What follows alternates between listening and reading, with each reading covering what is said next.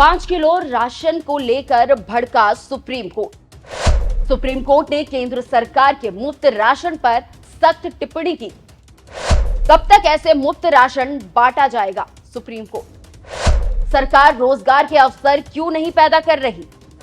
सख्त टिप्पणी से मोदी सरकार के छूटे पसीने।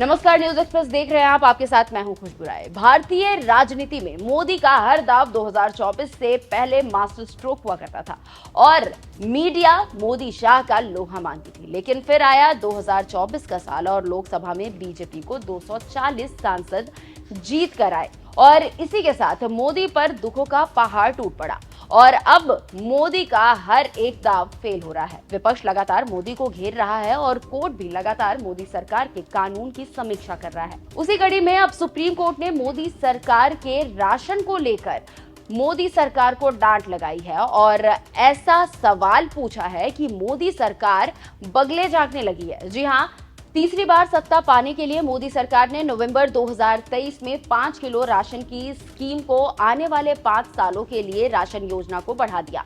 तब कहा जा रहा था कि मोदी एक ऐसे लाभार्थी वर्ग को तैयार कर रहे हैं जो खतरनाक है, क्योंकि सरकार का काम है जॉब क्रिएट करना, ना कि अपनी योजनाओं से किसी को मजबूर कर देना। अब उसी को लेकर सुप्रीम कोर्ट ने मोदी सरकार को फटकार लगाई है। खबरों की माने तो एक एनजीओ की ओर से दाखिल राशन मामले में सुप्रीम कोर्ट में सुनवाई हुई और एनजीओ की तरफ से वकील प्रशांत भूषण ने अपनी दलील रखी। इस मामले की अब तक जस्टिस सुधांशु धुलिया और जस्टिस अहसानुद्दीन अमानतुल्ला की पीठ सुनवाई कर रही थी। बेंच ने 4 अक्टूबर को आदेश दिया कि ऐसे सभी व्यक्ति जो पात्र है और संबंधित राज्यों, केंद्र शासित प्रदेशों द्वारा उनकी पहचान की गई है, उन्हें 19 नवंबर से पहले राशन कार्ड जारी किए जाने चाहिए।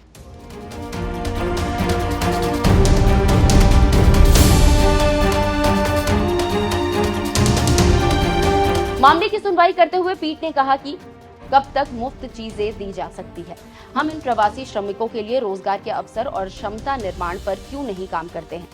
इस पर प्रशांत भूषण ने कहा कि इस अदालत द्वारा समय समय पर सभी राज्यों और केंद्र शासित प्रदेशों को राशन कार्ड जारी करने के निर्देश दिए हैं ताकि वे केंद्र द्वारा प्रदान किए जाने वाले मुफ्त राशन का लाभ उठा सके।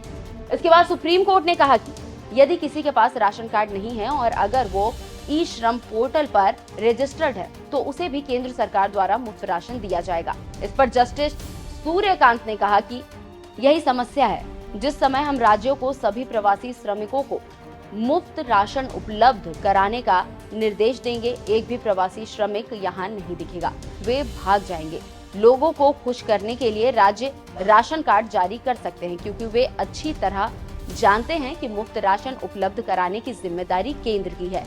इस पर प्रशांत भूषण ने कहा कि यदि जनगणना 2021 में की गई होती तो प्रवासी श्रमिकों की संख्या में वृद्धि होती, क्योंकि केंद्र वर्तमान में 2011 की जनगणना के आंकड़ों पर निर्भर है। तो आप समझ सकते हैं कि कैसे एक बार फिर सुप्रीम कोर्ट ने मोदी सरकार को अप्रवासी राशन को लेकर तल्ख टिप्पणी की है और कहा है कि ये चुनाव के लिए किए जाते हैं। देखना होगा कि आगे क्या होता है।